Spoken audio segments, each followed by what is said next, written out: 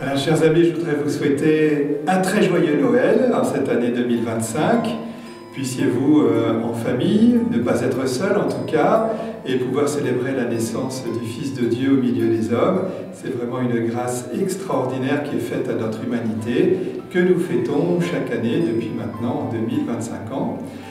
Ça va être l'année du jubilé, puisque tous les 25 ans, l'Église fête cet anniversaire de manière tout à fait spéciale, avec la traditionnelle proposition de remettre les dettes. Et le pape François a récemment proposé aux banques, aux grandes banques internationales, de remettre les dettes, en particulier aux pays les plus démunis.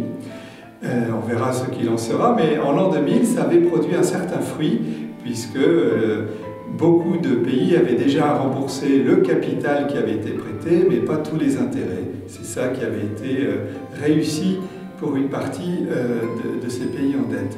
Ensuite, je voudrais remercier toutes les familles, toutes les paroisses et autres institutions qui ont participé au concours des crèches.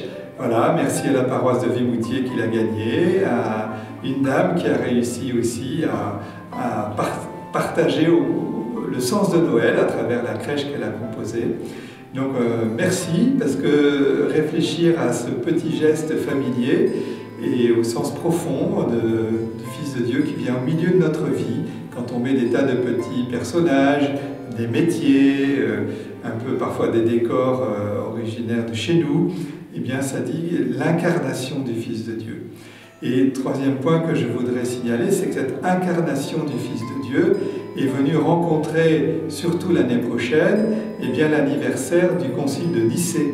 Ce Concile de Nicée, dont notre credo est issu, puisque nous professons la foi des apôtres, mais aussi la foi de Nicée-Constantinople, ce qu'on pourrait appeler encore le grand credo, où nous disons que Jésus est Dieu, Fils de Dieu, lumière née de la lumière, vrai Dieu du vrai Dieu, engendré, non pas créé, de même nature, disait-on avant, et on dira consubstantiel au Père aujourd'hui. C'est-à-dire que c'est vraiment Dieu qui s'est incarné. C'est la confession de la divinité et de l'humanité. Cette confession que nous résumons dans cette expression qui viendra un peu plus tard, Marie, Mère de Dieu. Voilà, notre Vierge Marie, Notre-Dame de Cé, Notre-Dame de tout lieu, puisque c'est la mère de tous les hommes, depuis que Jésus nous l'a confiée.